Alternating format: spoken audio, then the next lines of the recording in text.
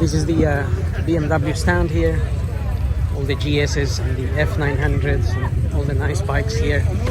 But we couldn't book a ride out on any of these because they are fully booked, and I don't even know how you get a spot. But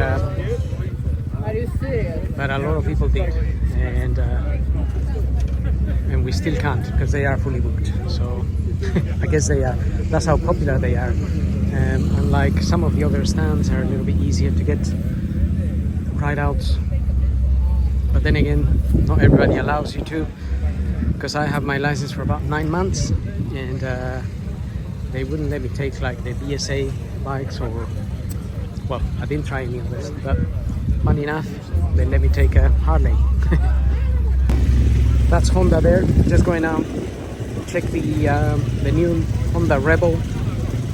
I have the old Honda Rebel, and we'll have a look at some of their bikes here.